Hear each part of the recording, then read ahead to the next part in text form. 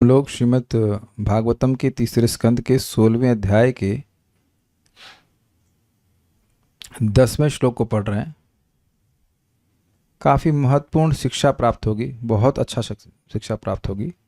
इसलिए श्लोक यद्यपि छोटा है लेकिन शिक्षा बहुत गंभीर है, इसलिए मैं केवल इस श्लोक को रखूंगा। तो हम लोग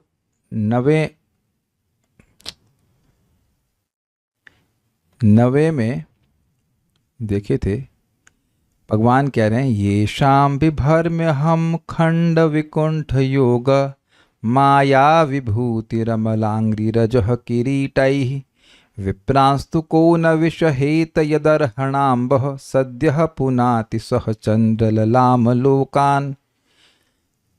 ये शाम अमल अंग्री रजह किरीटैः बिभर्मी, जिनके पवित्र चरणों की रज को मैं अपने मुकुट के द्वारा धारण करता हूं, स्वर पे नहीं। तो आप कैसे हैं? तो कहते हैं अहम अखंड विकुंठ योग माया विभूति। मैं देश से अपरिछिन्न, विकुंठ मतलब काल द्वारा अबाधित, योग माया की विभूति से युक्त हूं, योग माया के ऐश्वर्य से युक्त हूं, भगवान विष्णु कहते हैं। विप्रांस्तु को न विषहेत, ऐसे विप्रों के कुछ दुर्व्यवहार को भी कौन व्यक्ति सहन नहीं करेगा, जो इतना उपकार करने वाले, इतने महान हैं। इनके चरण की रज को अपने किरीट के द्वारा धारण करने के कारण यद मतलब जिसके, यानी मेरे, भगवान विष्णु कह रहे हैं, उनके अर्हणाम्भ पूजा का जल सद्यः पुनाति, तुरंत ही पवित्र करता है, सहचंद्र ललाम लोकान, चंद्र जिनका आभूषण है, अर्धचंद्र, यानी शिव जी के साथ तीनों लोकों को पवित्र करने वाला है। इस प्रकार से भगवान ने बताया। तो अब यहां पे एक बड़ी सुंदर बात कहते हैं, कह रहे हैं कि जो व्यक्ति ब्राह्मण श्रेष्ठ, गाय और जो आश्रयहीन है, अलब्ध शरणानी, जिनको आश्रय नहीं प्राप्त है, उनमें और मुझ में जरा सी भी भेद बुद्धि रखता है, तो उस व्यक्ति की आंखों को यमराज जी के दूत, जो कि गिद्ध के रूप में, आप कहेंगे यमराज जी के दूत क्या गिद्ध रूप में होते हैं? देखिए, यमराज जी के दूत गिद्ध रूप में नहीं आते, वो तो पुरुष रूप में आते हैं। लेकिन जब उसको नरक में ले जाते हैं व्यक्ति, तो वहां ऐसे भयानक भयानक गिद्ध हैं जो अपनी मतलब चोंच से उस व्यक्ति की आंख निकालते हैं। और ध्यान दीजिएगा कि फिर आंख आ जाती है निकलवाने के लिए। वो ऐसा नहीं कि एक आंख निकल गई तो अब दोबारा जो है नहीं होगी, कितना कष्ट वहां पे होता होगा। उसका वर्णन अगर आप सुनना चाहते हैं तो कृपया 5वें स्कंद का आखिरी अध्याय पढ़ लीजिए, बड़ा डरावना है और एकदम असली वाली हॉरर मूवी है। ऐसा नहीं कि कुछ विचार किया जा रहा है, मनोकल्पना है, बड़ा डरावना है। तो जो पिछले श्लोक की थीम थी कि कौन ब्राह्मणों का अनादर करेगा, या ऐसे कह लीजिए कौन ब्राह्मणों का अनादर नहीं करेगा, तो ये यद्यपि निषेध मुख से बोला जा रहा है, लेकिन बोला ये जा रहा है कि सभी को ब्राह्मणों का आदर करना चाहिए, है ना। जब मैं आदर, भगवान कह रहे हैं जब मैं आदर कर रहा हूं, तो फिर ऐसा कौन होगा जो आदर नहीं करेगा? तो बेसिकली भगवान क्या कहना चाहते हैं कि सबको ब्राह्मणों का आदर करना चाहिए, भक्तों का आदर करना चाहिए। ये क्लियर है, ब्राह्मणों का, भक्तों का।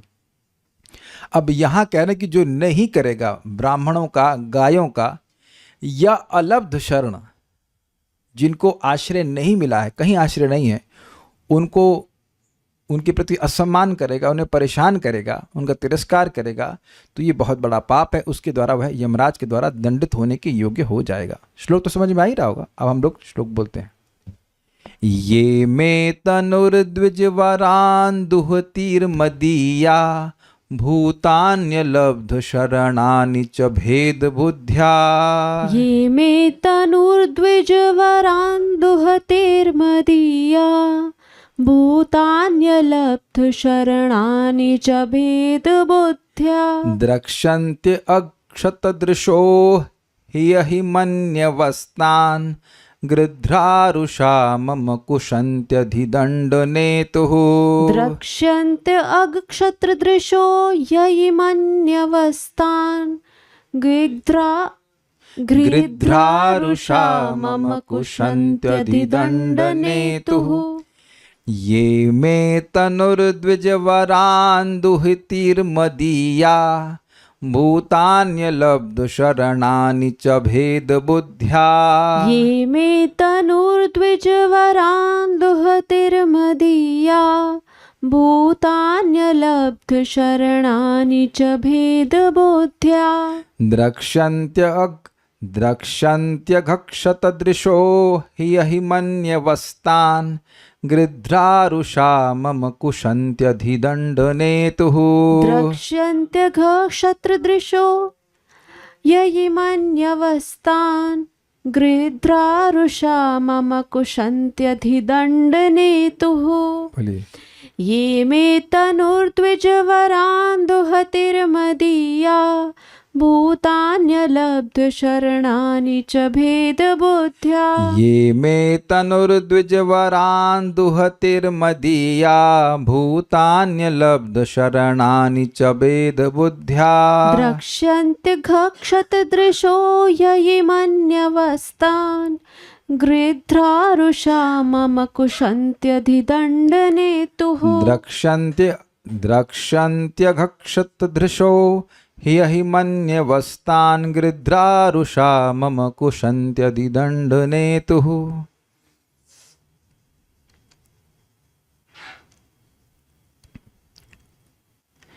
ब्राह्मण, गौवें तथा निसहाय प्राणी मेरे ही शरीर हैं। मेरे ही का मतलब उनकी सेवा से आप भगवान की सेवा करते हो। तो क्या नाम है आपका, राधिका प्रभु, कुछ स्पष्ट हो गया ना। भागवत से दृष्टि मिल गई ना कि कोई व्यक्ति, कोई जीव है, क्षमा कीजिएगा व्यक्ति बोल गया, व्यक्ति मतलब मनुष्य ना, कोई कुत्ता है, बिल्ली है, गधा है, कुछ भी है, उसे आश्रय नहीं प्राप्त है, मतलब गले में पट्टा नहीं बंधा है, उसको कोई रोटी देने वाला नहीं है, तो उसकी सेवा मतलब भगवान की ही सेवा। अब तो दोबारा प्रश्न नहीं करेंगे ना, नोट कर लीजिए कहीं 3:16-10। अब देख रहे हैं कि एक बम शास्त्र से, वो भागवत से प्रमाण मिल जाता है तो कोई कठिनाई नहीं होनी चाहिए। अभी हमारे सामने ही हम लोग गाय को देते हैं, क्या लोगों ने मना तो नहीं किया, बस उन्होंने कहा कि घर के सामने मत दो, कहीं और दो, वहाँ बंदर आ जाते हैं। लेकिन अब देखिए, क्या बंदरों को आश्रय प्राप्त है? उनको खाने के लिए क्या कोई होटल खुला हुआ है, वो पेमेंट करेंगे? देखिए, इस बात को समझिए, क्यों गृहस्थों को कहा जाता है कि छिपकली, चूहे आदि का भी पालन करना चाहिए। आप ये देखिए कि हम लोगों के पास एक बहुत बड़ा सामर्थ्य है, और वो सामर्थ्य है 2 हाथ। क्यों? इसके द्वारा आप भोजन पका सकते हो, इसके द्वारा पेड़ उगा सकते हैं, फल वाला पेड़ उगा सकते हैं। ये बहुत सारी खेती तो हाथों से हो रही है ना, हाथ पैर से हो रही है। क्या ये सबको दिखे? क्या इसको डाइजेस्ट कीजिए पहले। क्या ये दिख रहा है कि ये जो हमारे हाथ हैं, ये एक विशेष प्रकार की शक्ति से युक्त हैं कि हम अपना अन्न, अपना भोजन बना सकते हैं? क्या ये सबको क्लियर है पहले? अब ये बताइए कि क्या गाय भी अपना भोजन बना सकती है? नहीं। और पेड़ हम लोगों ने सब काट काट के खत्म कर दिए हैं कि पेड़ हो और पत्ते हो और चारागाह हो, वो तो सब बचा ही नहीं है। क्या बंदर कैसा कर सकते हैं? फिर वही बात है, जंगल तो सब खत्म कर दिया। तो आप देख सकते हैं कि हमारे आसपास जो चिड़िया है, क्या वह भोजन बना सकती है? क्या चींटी बना सकती है? क्या उत्तर है? उत्तर बड़ा स्पष्ट है, वो सब आश्रयहीन है। यानी कि चींटी को कुछ दे रहे हैं या कुछ बंदर को दे रहे हैं, कहीं पे भी। धाम में देना का तो बहुत बड़ी बात है, धाम में तो आप ब्रजवासियों की सेवा कर रहे हो, चाहे कहीं पे भी दे रहे हैं, ये समझे कि ये भगवान की ही सेवा कर रहे हैं। ये भगवान स्वयं कर रहे हैं, कोई संदेह तो नहीं ना किसी को। वेदवादी ने एक बहुत सुंदर बात मुझे बताई थी कि अगर आप जीवों की सेवा करना चाहते हो तो चींटियां तो बहुत सारी है ना, आपने क्यों नहीं कही? आपको इनको खांड आज करना, क्लास के तुरंत बाद खांड भगवान को अर्पण करें, और खांड एक स्थान पे डाल दीजिए, आपके बेड के बगल में मत डाल देना लेकिन थोड़ा स्थान पे डाल दीजिए जहां पे खूब सारी चींटियां के खाएं, प्रसाद पाएं।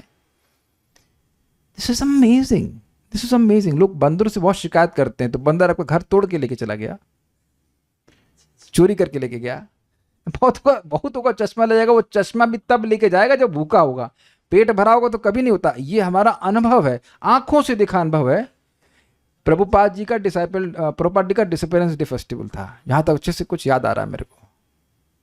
ना ना ना ना ना ना हाँ, ऐसे यस था, प्रभुपाद जी का डिसअपीयरेंस डे फेस्टिवल था, और 5000 लोग आए गौशाला में, और अब लड्डू के लड्डू, लड्डू के लड्डू, लड्डू के लड्डू। अब गाय ना खाएं, कितना गाय खाएंगी, सब लोग देना चाहते हैं। और उसके बाद बंदर भी ना खाए, और उसके बाद वो खा लिए पेट भर के, उसके बाद ऐसे ऐसे लेटे आराम से, जैसे कुछ किसी को डिस्टर्ब नहीं कर रहे। बंदर कुछ नहीं, ऐसे लग रहा है एकदम तृप्त है, उन्हें कुछ नहीं दुनिया में किसी चाहिए। कपड़ा तो वैसे ही नहीं पहनते और बिल्कुल वैराग, कुछ नहीं चाहिए। हाँ, आत्माराम, किसी को डिस्टर्ब नहीं कर रहे, कुछ नहीं, खा पी के एकदम लेटे हुए।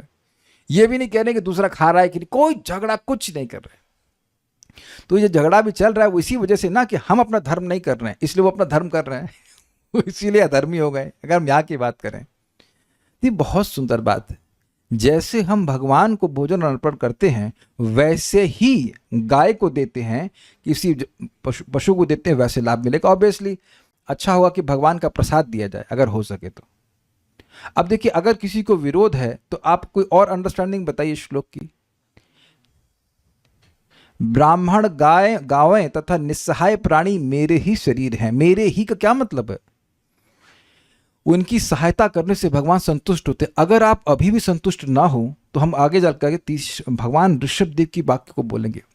एकदम स्पष्ट भगवान कह रहे हैं कि देखिए, कोई व्यक्ति अर्चा विग्रह में मेरी सेवा कर रहा है, यानी उसे अर्चा विग्रह में मैं दिखाई पड़ रहा हूं, ठीक है, लेकिन अन्य जीवों में नहीं देखता, उनको उपहार आदि देकर के संतुष्ट नहीं करता, तो उसकी पूजा कैसी है? राख में आहुति देने जैसी। अब आप समझे, राख में आहुति देने से क्या होता है? कुछ भी नहीं होता है। इस प्रकार से भगवान क्रोधित होकर के बोल रहे हैं। तो यह नहीं कह रहे हैं कि मेरे विग्रह को आप भोजन अर्पण ना करो, ये कह रहे हैं, ये नहीं कह रहे हैं, लेकिन उस प्रसाद का या जो भी अन्य चीजें हैं उनको अन्य जीवों में भी सहायता उनको देना चाहिए, स्पेशली जिनको जरूरत है, स्पेशली इनको जरूरत है। ये बहुत अच्छी बात है। कितने लोग यहां चींटी को चीनी नहीं खिला सकते? कल्याण प्रभु, आपको अगर चींटी को चीनी देने के लिए बोला जाए तो आप खिला सकेंगे?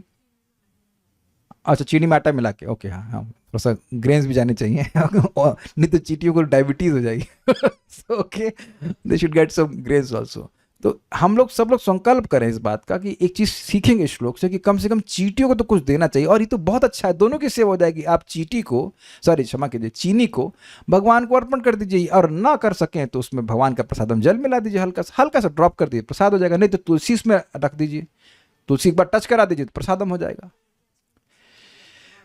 हाँ, बहुत अच्छा आइडिया वेदवादिनी कह रहे हैं कि पेड़ के आसपास ला सकते हैं तो कितने ही जीवों को आगे मनुष्य जीवन का लाभ प्राप्त हो जाएगा। भगवान बड़े प्रसन्न होते हैं। इस बात पे आ ही रही है बात कि अब हम लोग तो कर नहीं पाते, लेकिन गृहस्थों को पहले खाना नहीं चाहिए, जाके पहले बाहर जाना चाहिए, बोलना चाहिए कि कोई भूखा है, कोई भूखा है, कोई भूखा है, उसके बाद ग्रहण करना चाहिए। तो गृहस्थ लोग बोलेंगे तो प्रभु जी हम लोग बोलने लग जाएंगे तो भीड़ लग जाएगी, तो हम कब खाएंगे? अब एक भक्त ने बड़ा अच्छा कहा, अगर सारे गृहस्थ बोलने लग जाएंगे, ऐसा करने लग जाए, तो कोई खाने वाला भी बचेगा?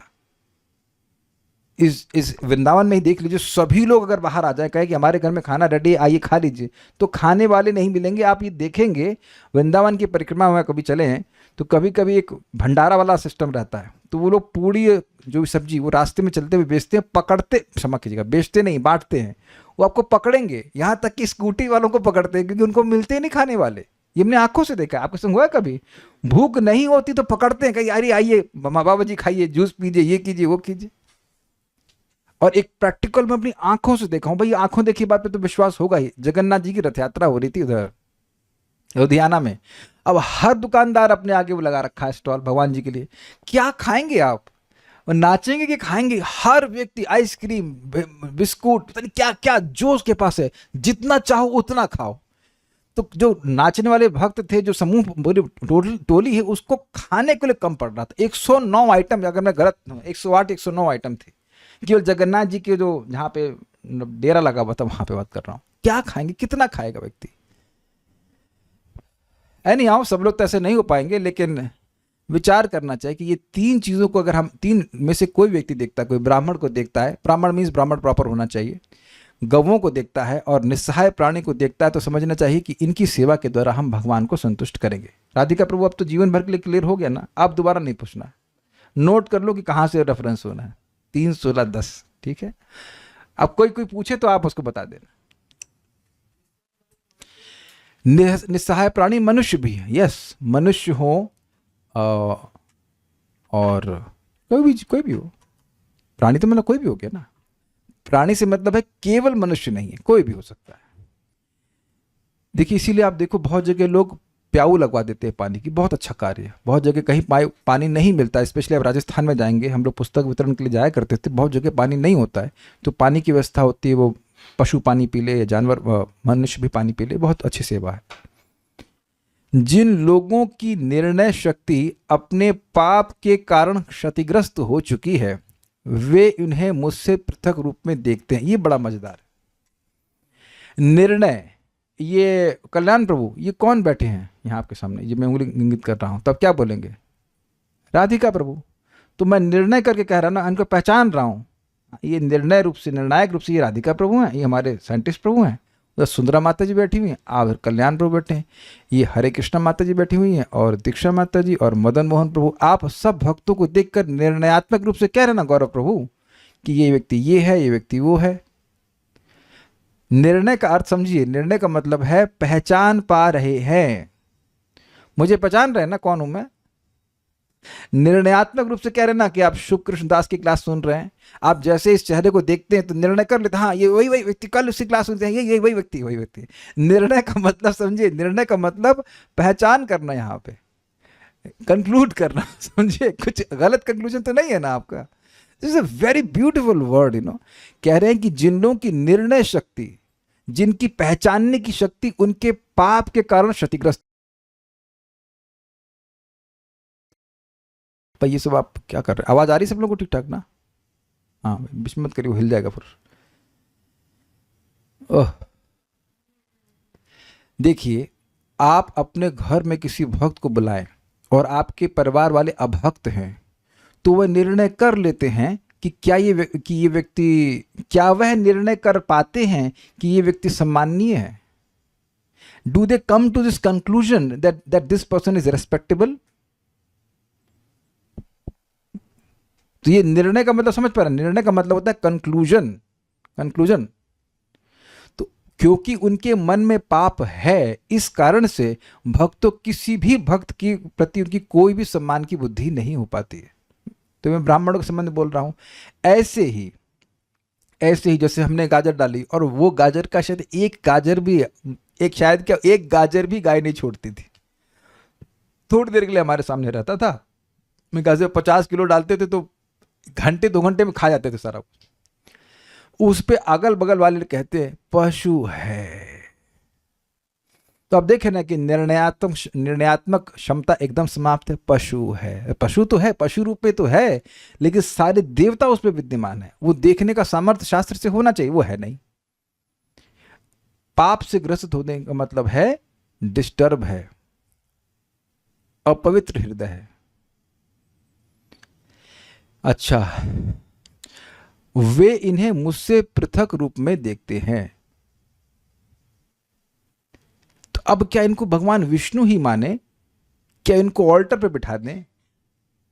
देखिए इसको इस तरह समझिए, ये भगवान से पृथक नहीं है का मतलब ये भगवान नहीं है, लेकिन इनकी संतुष्टि भगवान को संतुष्ट करने वाली है। जैसे कोई व्यक्ति है और उसका बेटा है, तो बेटा बाप नहीं है, लेकिन बेटे को आप प्रसन्न करोगे तो निश्चित बाप प्रसन्न होगा, और बेटे को प्रताड़ना करेंगे, परेशान करेंगे तो निश्चित जो पिताजी हैं वो दुखी होंगे।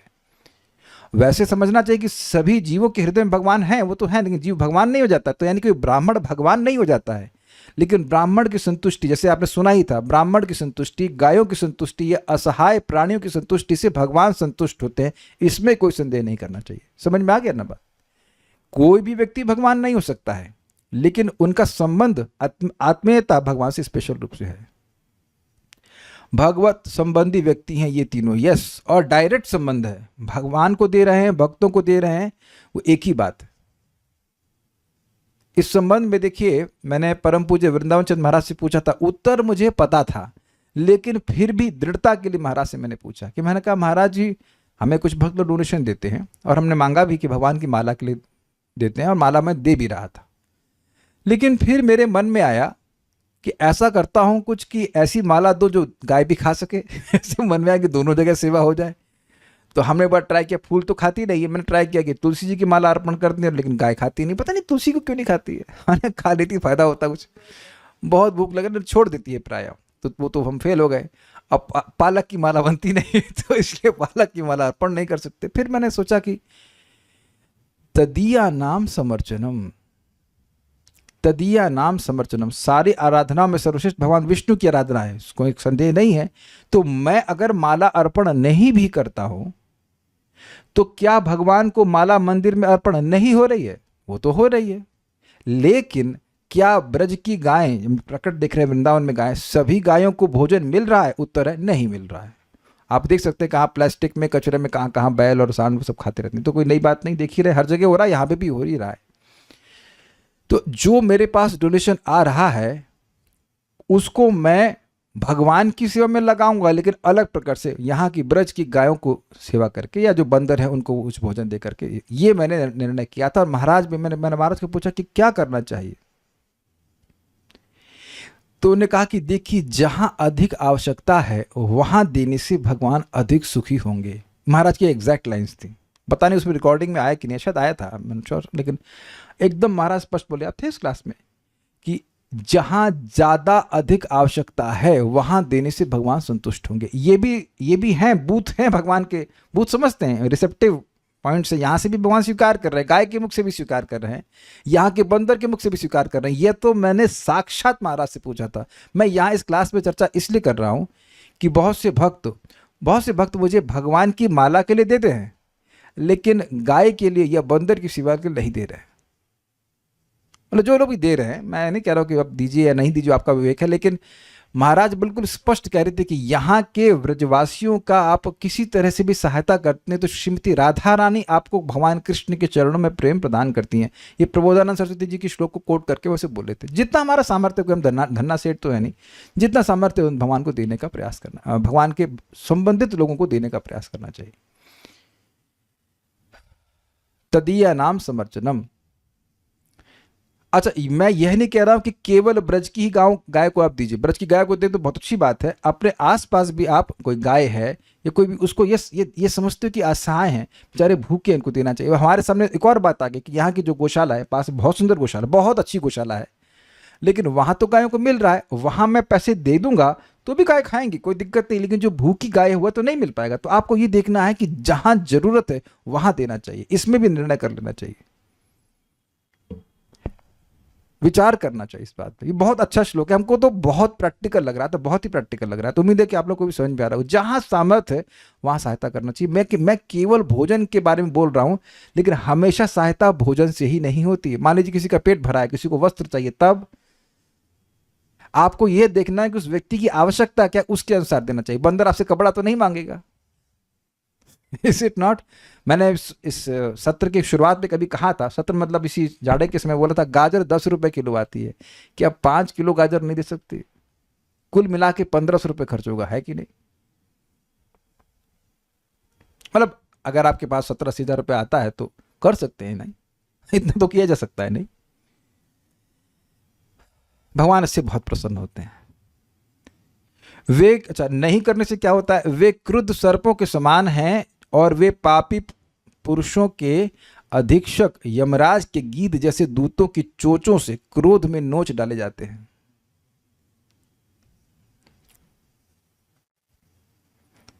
अन्वय, ये जो लोग मदीया अर्थात मुझसे संबंधित द्विजवरान ब्राह्मण श्रेष्ठ को, बहुत ध्यान से सुनना होगा भाई, मुझसे संबंधित द्विजवरान का मतलब क्या हुआ? जिनका संबंध भगवान से है। जो वैष्णवों से द्वेष कर रहा है वैसा ब्राह्मण का संबंध भगवान से नहीं है। जैसे कि एटलीस्ट लीला की दृष्टि से अम्बरीश महाराज से द्वेष कौन कर रहा था? दुर्वासा मुनि। तो उनका संबंध एटलीस्ट उस कंटेक्स्ट में भगवान से नहीं रहा, उस लीला के संबंध में। ऐसा तो नहीं कहूंगा कि भगवान के भक्त नहीं है, लेकिन क्योंकि भगवान की महिमा को बोलते हैं आगे, लेकिन एटलीस्ट उस लीला में हम जरूर उनके आचरण से देख रहे हैं कि भगवान के भक्तों से द्वेष कर रहे हैं। दुर्योधन वैसे तो खैर वो द्विजवर नहीं है, लेकिन पॉइंट है कि वो भगवान से द्वेष कर रहा है। तो कोई ऐसा ब्राह्मण जो भगवान के भक्तों से द्वेष करे, जैसे कि षंड और अमर्क, अब वो प्रहलाद महाराज के प्रति द्वेष कर रहे हैं, तो ऐसा व्यक्ति का संबंध भगवान से नहीं है। मदिया दुहती, दूध देने वाली गायों का। गायों का संबंध तो भगवान से हमेशा ही होता है, गाय तो अपना कभी धर्म को भ्रष्ट नहीं करती हैं। तथा अलब्ध शरणानी, रक्षकहीन, अलब्ध शरणानी, जो शरण खोज रहे हैं लेकिन उनको शरण लब्ध नहीं हो रही। लैंग्वेज समझ में आ गई?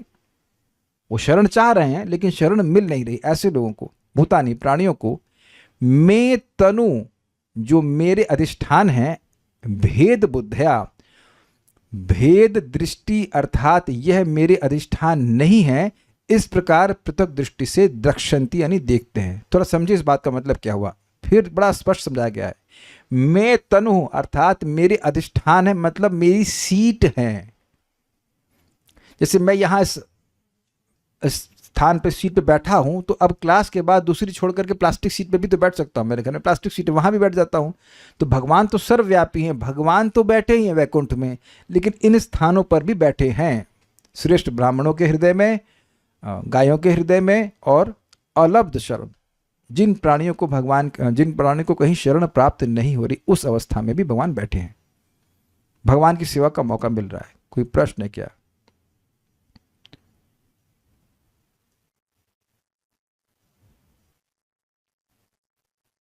अगर अभक्त लोग सहायता के नाम पर अधार्मिक वस्तु मांगे तो क्या करें? इग्नोर करें? तो उत्तर क्या होगा?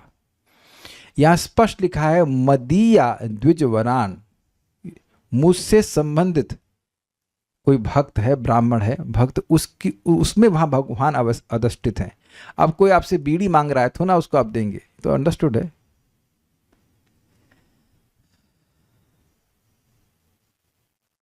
विष्णु के भक्त से द्वेष करके कोई विष्णु को लाइक करता भी कैसे है? नहीं कर सकता है। तो यही तो स्पष्ट बोला गया, मदीया द्विजवरान। भगवान तो सबके हृदय में हैं, तो ये तीनों अधिष्ठान स्पेशल क्यों हैं? आपने देखा नहीं क्या लिखा हुआ है? मदीया, मदीया। भगवान सबके हृदय में है, सत्य बात है, लेकिन जब भगवान बोल रहे तो स्वीकार कर लेना चाहिए ना। और देखा जाए तो क्या केवल गायों और ब्राह्मणों की बात हो रही है? अलब्ध शरण, बच्चा है, पत्नी भी है, पत्नी है, शरण नहीं है, तो अब उसको छोड़ करके चले जाना, यह भी तो उचित नहीं है। Unless like somebody is very elevated in Krishna consciousness। ये अलब्ध शरण में कौन कौन नहीं आ जाएगा, जरा बता दीजिए, कितने कितने लोग उसमें आ जाएंगे? आप विचार कीजिएगा। तो पूरा एक विचार के लिए स्कोप हम छोड़ दे रहे हैं। कहाँ आप देखते नहीं कितने कितने लोग शरण में ढूंढ रहे हैं, शरण नहीं मिल रही बेचारों को।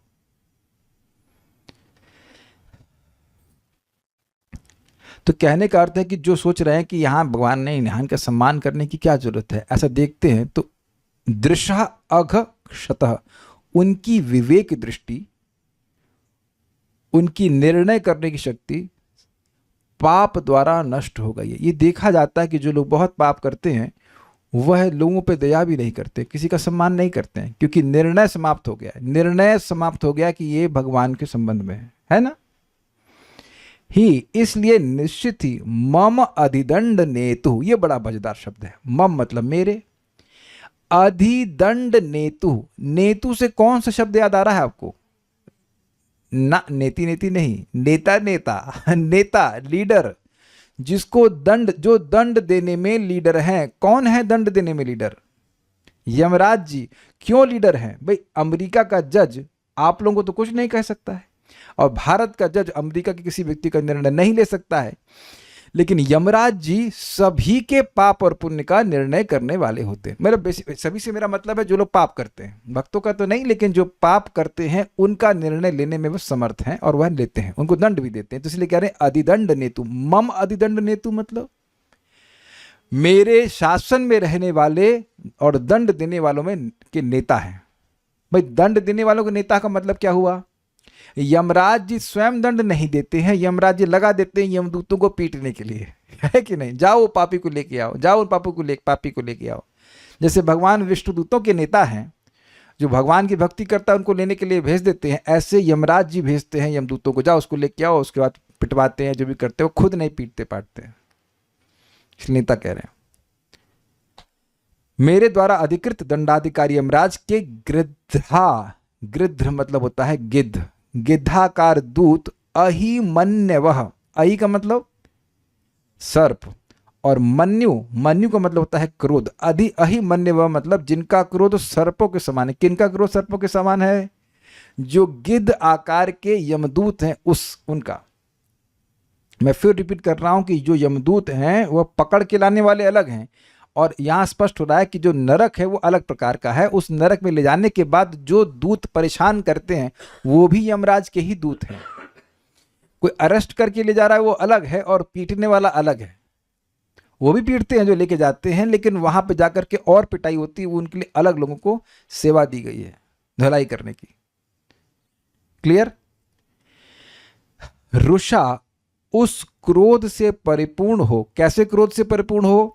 जो सर्प के समान था। सर्प का क्रोध बहुत तीव्र होता है। तान कुशंती, उन्हें नोच डालते हैं। कौन नोचता है बताइए?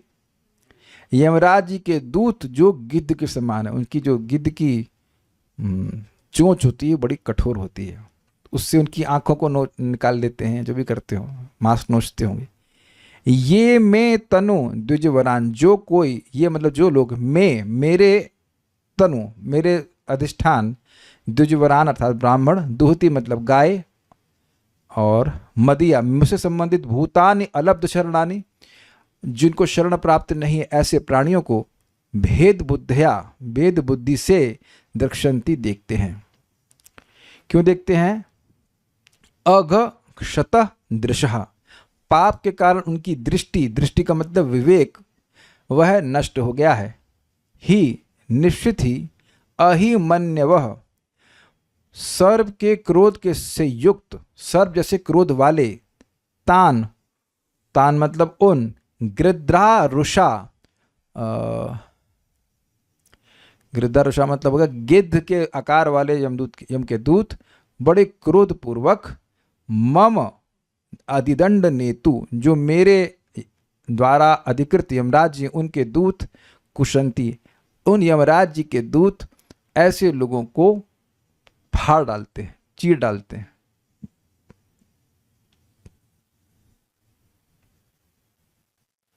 दूध देने बलि के क्या आश्रय है? दूध देने वाली गाय से क्या आश्रय है? अभी क्लियर हो जाएगा, घबराइए मत। अभी तो जो पढ़ा, देखो जो पढ़ाया उस पर पूछिए, जो पढ़ाया ही नहीं उसके बारे में क्यों पूछ रहे हैं? श्रीधरी, श्री भगवान कहते हैं कि श्रेष्ठ ब्राह्मण, दूध देने वाली गायें और अनाथ प्राणी, ये तीनों मेरे शरीर हैं। तो स्वाभाविक रूप से मन में आ जाएगा कि अच्छा, जो दूध देने वाली गाय नहीं है वह भगवान के शरीर नहीं है।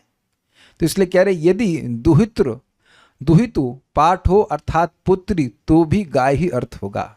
दो पाठ हैं। एक पाठ के अनुसार दोहित मतलब जो दुधारू गाय है, और आप देखेंगे कि जो पहले ज़माने में गाय दी जाती थी तो वो दुधारू गाय दी जाती थी। आप भागवत में देखेंगे, ऐसा नहीं कि जो सूखी गाय है, हड्डी उसकी निकल गई है, उसका दान कर रहे हैं। नहीं, बछड़े के संग बहुत बार बोला जाता है एक बछड़ा जो दी हो, केवल एक बछड़ा दी है उस, और गाय को खूब दूध दे रही है, ऐसे गाय को दिया जाता है। क्योंकि उस गाय से दूध आता है, दूध से घी आता है, घी से और अन्य पदार्थ, तो घी से यज्ञ होता है। तो लिंक है ना गाय का भगवान विष्णु से। और कह रहे हैं दुहित अर्थात पुत्री भी, तो भी गाय ही अर्थ होगा। अब अगर पुत्री हो तो उससे गाय का अर्थ कैसे होगा, जरा विचार कीजिएगा। देखिए, गौवें विष्णु स्वरूप सूर्य से उत्पन्न हैं। कहा भी गया है सूर्य सुताश्च गावः, अर्थात गौवें सूर्य की पुत्रियां हैं ना। This is very amazing, this is really amazing. ये पहली बार मैं पढ़ रहा हूँ। श्रीधर सीधा स्वामी जी इस बात को समझाते हैं कि जो सूर्य, अब प्रश्न होगा कि सूर्य विष्णु स्वरूप कैसे हो गया? सूर्य के मंडल में सूर्य नारायण विद्यमान रहते हैं। यह आप 5वें स्कंद में स्पष्ट पढ़ेंगे। उन्हीं की आराधना भरत महाराज किया करते थे, ठीक है ना। तो उन सूर्य देव की या सूर्य की पुत्रियां गाय हैं। तो इसलिए भाई बेटियों के प्रति पिता का सहज अफेक्शन होता है, तो गायों का संबंध भगवान विष्णु से इस प्रकार दर्शा दिया गया। यदि आप दुहित पाठ लेते हैं अर्थात पुत्री पाठ लेंगे तो भी, तो नहीं सारी गायें उसमें आ जाएंगी, चाहे वो दूध देने वाली हो और चाहे दूध देने वाली ना हो। माँ तो माँ ही होती है ना, गाय तो माँ ही कहलाएगी। एक समय में तो कभी ना कभी दूध दी ही होगी ना, ये बात है। इन तीनों को जिनकी अज्ञान के कारण बुद्धि मारी गई है, वे लोग मुझसे भिन्न मानते हैं, इनको मेरा शरीर नहीं मानते हैं। इसी कारण तो आप देखते हैं बहुत बार लाठी से प्रहार करते हैं गायों के ऊपर, बैलों के ऊपर, देखा है ना आपने। क्या ऐसा ही वह धृष्टता भगवान विष्णु के ऊपर करेगा? अब आप समझ रहे हैं कितना बड़ा अपराध है। क्या भगवान विष्णु पर कोई लाठी से प्रहार करेगा तो अब यमराज उसको छोड़ देंगे?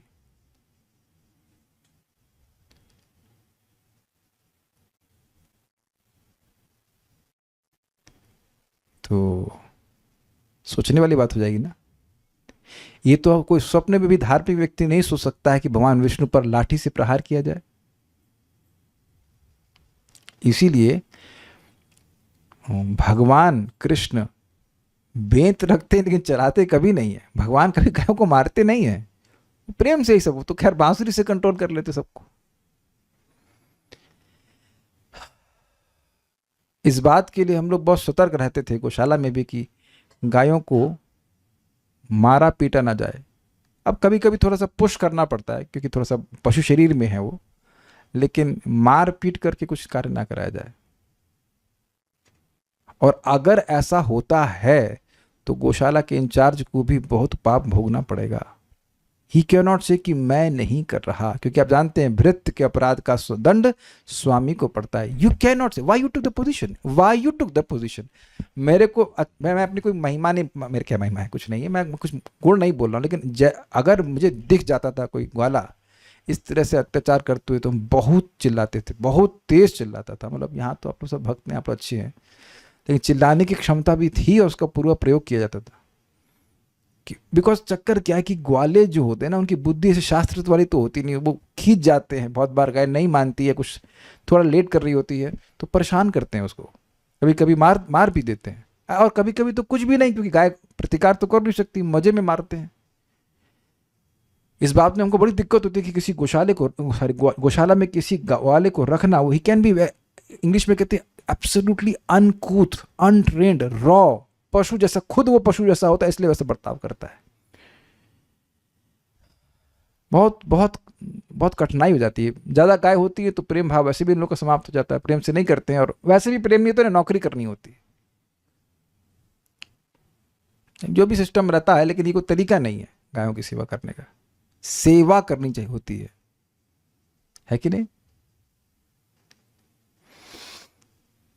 तो डांटा जाना चाहिए ऐसे लोगों को, क्योंकि अगर ऐसे लोग कुछ कार्य गलत कर रहे हैं तो कितना गलत कर रहे हैं स्पष्ट समझाना चाहिए। वो भगवान विष्णु को ही डंडे से मार रहे हैं, और वो सब हमारे अंतर्गत होता है अगर हम उसके उस स्थान के इंचार्ज हैं। इसीलिए एक महान सन्यासी बोल रहे थे प्रवचन में, आश्रम का इंचार्ज होना, मतलब ब्रह्मचारी आश्रम आदि का, साधु आश्रम का इंचार्ज होना और गौशाला का इंचार्ज होना, ये दोनों बड़ी खतरनाक स्थिति है। और मुझे याद है कि उस समय मैं दोनों चीज़ कहा तो मुझे मन में विरोध आया था। मैंने महाराज जी को बोला था, महाराज जी फिर क्या करें, हम लोग चले जाएं क्या बाहर, या ऐसा कुछ। एक तरह से मैंने विरोध प्रकाशित किया था कि आज हमको महाराज की बात समझ में आ रही है।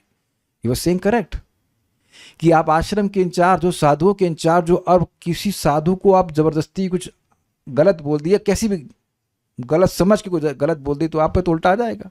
ब्राह्मण है ना, वो नाम जप कर रहा है, भक्ति कर रहा है।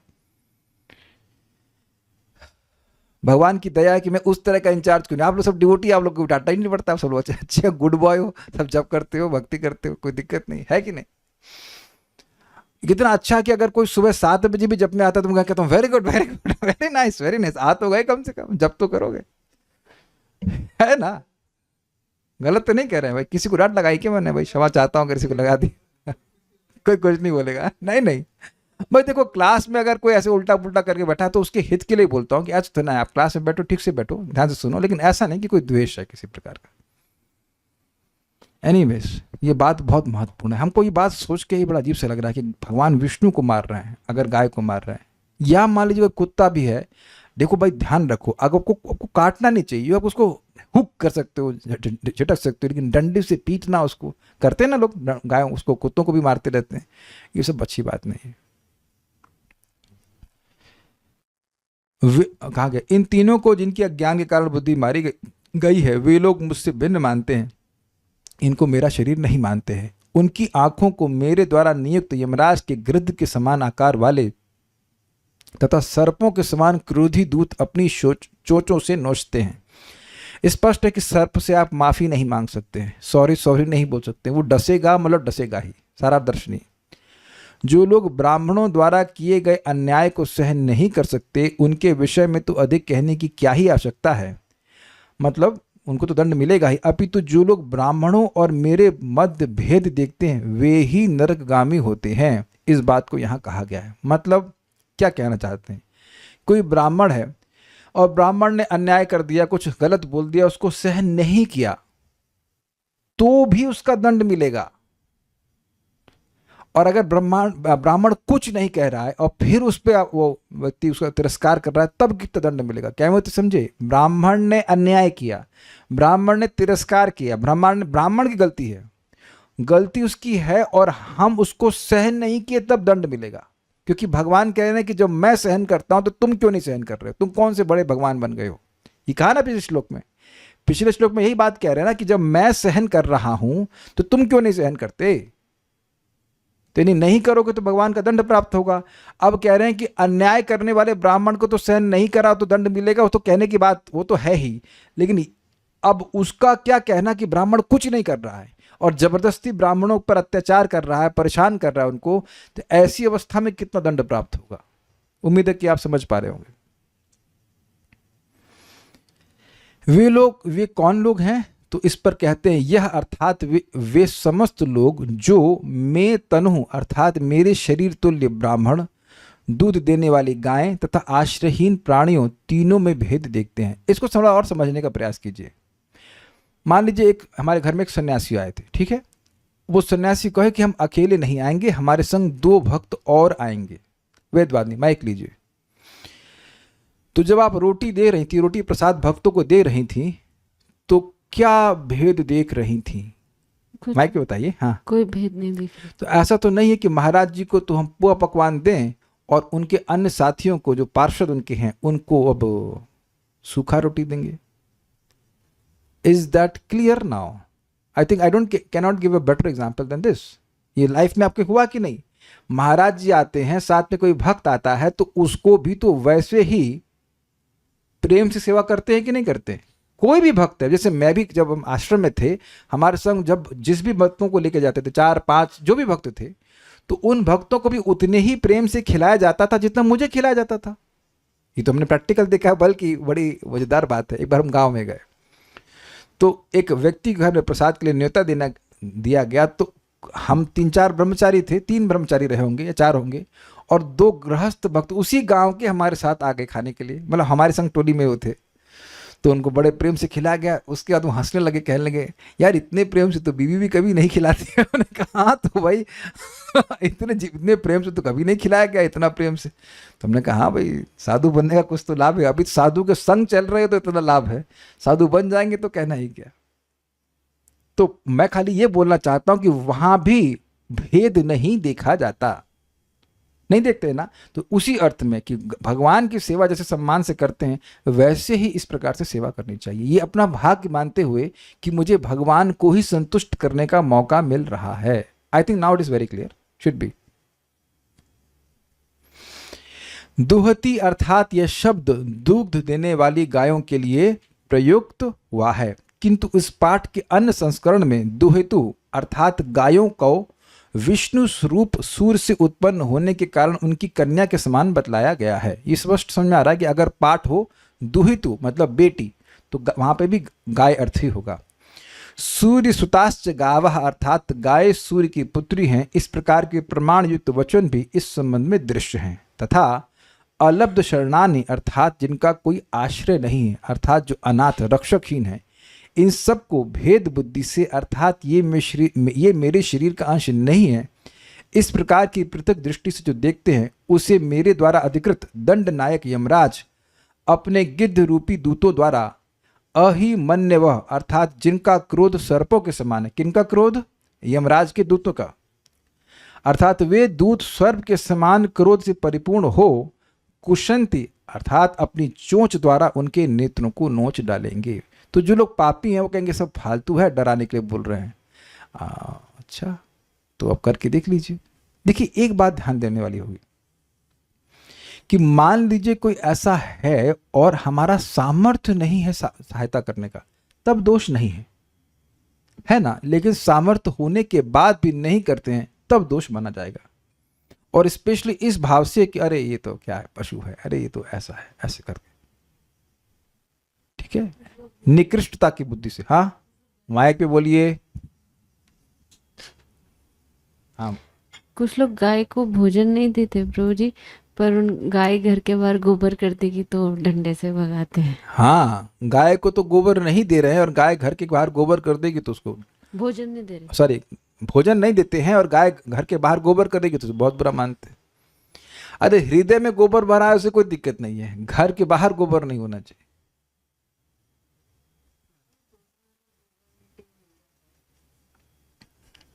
ठीक है, अब क्या समझ ही रहे हैं सब तात्पर्य। यस, जैसे देखिए, अब हमारे घर पे सुबह सुबह गाय आ ही जाती है, तब हमारे पास उस समय गाजर नहीं होती है, तो उस वक्त तो दोष नहीं माना जाएगा, उस समय हमारे पास नहीं है कुछ। तो बाद में कभी आते हैं तो हम लोग उधर सामने अलाउ नहीं किया जा रहा है, तो फिर कहीं और स्थान पे डालते हैं, वहाँ पे जाके खाते हैं गाय। जितना भगवान करवा पा रहे हैं करवा पा रहे हैं, जितना हम कर पा रहे हैं, भगवान जितना करवा रहे हैं, ऐसे ही लेना चाहिए। लेकिन भाव तो होना चाहिए कि हम सेवा कर सकें, एटलीस्ट भाव तो रखना चाहिए ना।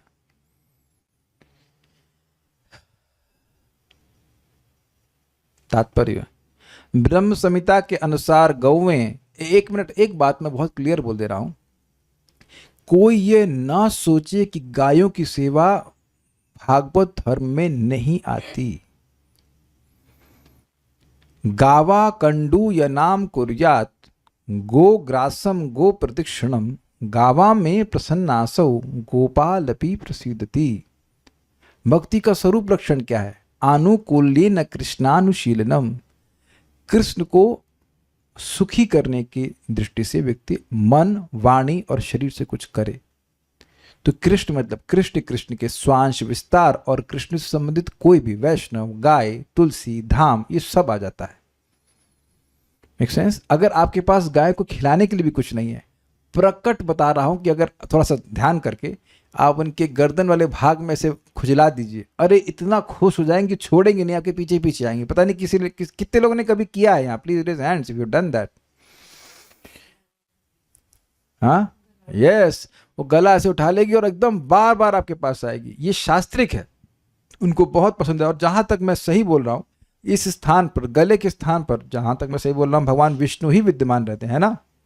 लिटरली भगवान विष्णु का मसाज कर रहे हैं अगर आप ऐसा कर रहे हैं। बस ये देख लेना, गाय थोड़ी मरखन्नी ना, उसको अच्छा लगना चाहिए। कुछ गाय को जरा सा भी टच करना ऐसे करके वो सींग मारती है। Be careful on that point, लेकिन ध्यान देना चाहिए। अच्छा, तुंग विद्या माता जी कह रही हैं उनको बहुत डर लगता है। अच्छा तो ठीक है, आपको गायों से डर लगता है तो बछड़ों से भी डर लगता है। बछड़े भी आपको उड़ा देंगे, इतनी छोटी हैं आप तो बछड़े तो और प्यारे लगते, इतने क्यूट लगते हैं। बछड़ों को पकड़िए, भाग नहीं पाते वो, उनको पकड़िए और ऐसे बस यहाँ पे खूब मसाला नहीं कहना चाहिए, खुजलाइए और उनको मसाज दीजिए। इतने खुश, इतने क्यूट कि क्या कहा जाए। तो यह आप लोग कभी इस्कॉन वृंदावन आते हैं, बहुत सुंदर गौशाला है, और अभी भी बछड़े तो हैं वहाँ पे, तो आप उनकी सेवा कर सकते हैं ऐसे, या आपके आसपास भी कोई हो तो ऐसे सेवा कर सकते हैं। इससे भगवान प्रसन्न होते हैं। ये कह रही है बछड़े को छुओ तो गाय भाग के आती मारने के लिए। हम लोग के इस गौशाला में तो ऐसा नहीं होता था। गौशाला में बछड़े जो अलग रहते थे, बाद में शाम को गाय के पास जाते थे, तो उस टाइम उनकी सेवा, उनको खिला सकते हैं। गायों को देख लेना चाहिए, ये नहीं कि कोई मार खा के आगे कहे प्रभु जी आपकी वजह से हड्डी टूट गई। ये इसका डिस्क्लेमर हम ले रहे हैं, थोड़ा देख करके कीजिए। परम पूज्य भक्ति रसामित महाराज भी कहते हैं भाई ठीक है, वो तो पवित्र है, लेकिन वो पशु शरीर में तो है ही ना, तो उनका मूड देख लेना चाहिए। सारी गाय नहीं मारती हैं, कुछ गाय ऐसी हो सकती है, आपको अंदाज लेना चाहिए कि वो मरखन्नी तो नहीं है। तात्पर्य पढ़ लेते हैं अब। ब्रह्म संहिता के अनुसार गौवें, ब्राह्मण, स्त्रियां, बच्चे तथा वृद्ध पुरुष निसहाय प्राणी। प्रभुपाद एकदम स्पष्ट क्लियर कर दिए, एकदम स्पष्ट कर रहे हैं।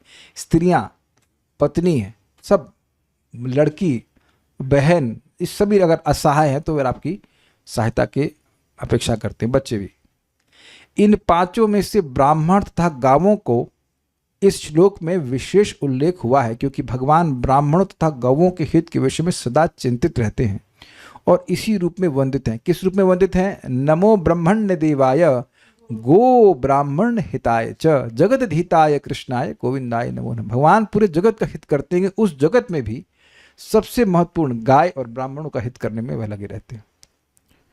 अतः भगवान विशेष रूप से उपदेश देते हैं कि किसी को इन पांचों से, विशेष रूप से गौओं तथा ब्राह्मणों से ईर्ष्या नहीं करनी चाहिए। भागवत के किन्हीं किन्हीं पाठों में दुहिती के स्थान पर दुहित्री शब्द का प्रयोग मिलता है, किंतु दोनों ही शब्दों से अर्थ एक ही निकलता है। दुहिती का अर्थ गाय है और दुहित्री का भी अर्थ गाय हो सकता है, क्योंकि गाय को सूर्य देव की पुत्री माना जाता है। जिस तरह से बच्चों की देखरेख उनके माता पिता द्वारा की जाती है, उसी तरह स्त्री वर्ग की देखरेख पिता, पति या सयाने पुत्र द्वारा की जानी चाहिए। जब वो शादीशुदा नहीं होती है तो पिता, शादी के बाद पति, और पति कदाचित संन्यास ले ले या उसकी मृत्यु हो जाए तो सयाने पुत्र के द्वारा होनी चाहिए। देखिए, एक बात स्पष्ट है कि स्त्रियों को स्वतंत्र नहीं रहने देना चाहिए। स्वतंत्र का मतलब यह नहीं कि वो उनको दास बना करके, सेविका बना के रखा जाए, ऐसा नहीं है, लेकिन उनको प्रोटेक्शन में रखना चाहिए। जैसे कि बच्चों को अब स्वतंत्रता नहीं दी जाती है, इसका मतलब यह नहीं कि बच्चों को क्या कहते हैं, स्लेव को क्या बोलेंगे, उनको गुलाम नहीं बना लेते हैं, बट उनका अहित होने की संभावना होती, इसलिए कह रहे हैं। जो लोग असहाय हैं उनकी देखरेख उनके अभिभावकों द्वारा की जानी चाहिए, अन्यथा वे यमराज द्वारा दंडित किए जाएंगे। कौन? अभिभावक। क्योंकि यमराज भगवान द्वारा पापी प्राणियों के कार्यकलापों को निरीक्षण करने के लिए नियुक्त हैं। यहां पर यमराज के सहायकों या दूतों की उपमा गीधों से दी गई है, और जो लोग अपने रक्षों की रक्षा करने का कर्तव्य नहीं निभाते हैं, रक्षों मतलब जिनकी रक्षा की जानी चाहिए, उनकी तुलना सर्पों से की गई है। गीध सर्पों के साथ बहुत ही बुरी तरह से बर्ताव करते हैं, उसी तरह दूत असावधान अभिभावकों के साथ बुरी तरह पेश आते हैं। ये बड़ी अच्छी बात प्रपात कह रहे हैं कि यहाँ पे प्रपात सर्प देखिए, अन्वय में हमने समझा था कि सर्प के क्रोध से युक्त गीध, ये बात बताना भूल गया कि उन जो दूत हैं उनका क्रोध की तुलना की जा रही है सर्पों से, लेकिन उन दूतों की तुलना की जा रही है गिद्ध से। गिद्ध सर्प का दुश्मन है, लेकिन तुलना एक प्रकार ऐसे की जा रही है। लेकिन एक और अर्थ ले रहे हैं प्रभुपाद, कह रहे हैं कि जो व्यक्ति अपने रक्ष यानी कि जिसकी रक्षा की जानी चाहिए उसकी रक्षा नहीं करता, वो सर्प के समान है। वह क्यों? क्योंकि सर्प के संग देखा जाता है कि वो अपने ही बच्चों को खा जाता है, ये देखा गया है। तो ऐसा आचरण करने वाला व्यक्ति तो अपने रक्षों की रक्षा नहीं कर रहा है ना। इसलिए ऐसे सर्पों को यमराज के गिद्ध स्वरूप जो दूत हैं वह खाते हैं या मार डालते हैं। ठीक है, कुछ प्रश्न है किसी व्यक्ति का तो मैं देख लेता हूं।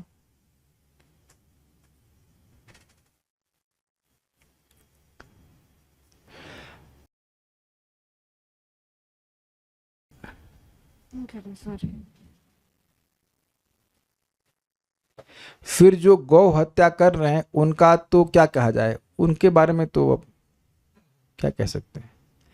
तो प्रभु जी, गौ तो बासी खाना भी नहीं देना चाहिए ना। गायों के लिए तो ऐसा कोई कठिनाई नहीं है कि उनको कुछ प्रॉब्लम है, ऐसा कोई कठिनाई नहीं है। रोटी आप बासी भी दे सकते हो, तो को बड़े प्रेम से खाते हैं, उन्हें ऐसा कोई दिक्कत नहीं है।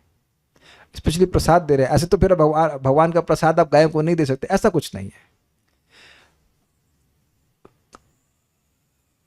जो गाय को काटने वाले हैं उनकी तो दुर्गति होने वाली, जी हाँ वो तो होगी। तुलसी का बॉक्स में ज्यादा दिनों तक तो, क्या प्रश्न है यहाँ को संबंधित प्रश्न कीजिए। हाँ ठीक है, और कोई प्रश्न नहीं है। एक भक्त कह रहे हैं, मैं तो चाहती हूँ गाय की सेवा करना पर कुछ कर नहीं पाती हूँ। देखिए ध्यान दीजिएगा, जिन भक्त ने प्रश्न किया है वह शरीर से असमर्थ है, तो ऐसी अवस्था में आप रक्षक नहीं कहला सकते हो। जब आपका सामर्थ्य ही नहीं है उठ पाने का, चल पाने का, तो आप दूसरे की रक्षा कैसे करोगे। लेकिन आपके मन में भावना है, ये बहुत अच्छी बात है। जैसे भक्त हमें कुछ सहायता भेजते हैं तो हम गायों की सेवा में लगा देंगे, उसमें कौन सी बड़ी बात है। अगर आप कुछ कार्य नहीं कर पाते हैं तो आप उसके इंस्पायरर बन सकते हो, प्रेरणा देने वाले बन सकते हो और उसकी सहायता देने वाले बन सकते हो, तो आपको भी वही लाभ मिलेगा। जैसे अब मैं गाजर लेके नहीं आता, तो ऐसी कुछ व्यवस्था बना दी है कि वहाँ जो गाजर सब्जी वाला है वो ला के रख देता है, वो गाय खा लेती है। अब रोज़ तो मेरे जा पाना संभव नहीं, मुझे क्लास भी देनी होती है, तो कभी वेदवादी ले आती हैं, कभी वो ले आता है, और ऐसे व्यवस्था बना के चली हुई है। तो ये ऐसा नहीं कि उस सेवा का लाभ मुझको या जिस भक्त ने दान दिया उसको नहीं प्राप्त होगा। तो ये बात समझ में आनी चाहिए, कोई व्यक्ति कार्य करता है, उसकी प्रेरणा देने वाले को और उसकी सहायता देने वाले को बराबर लाभ मिलता है। तो वहां नहीं कह सकते कि आप सेवा नहीं कर रहे। गौ सेवा भगवान की तृतीय सेवा पड़ता है। हाँ जी, yes, will stop now, things are clear. बहुत अच्छी शिक्षा प्राप्त हुई। कुछ कहना चाहते हैं? श्रीमद् भागवतम की जय, श्रील प्रभुपाद की जय, निताई गौर प्रेमा।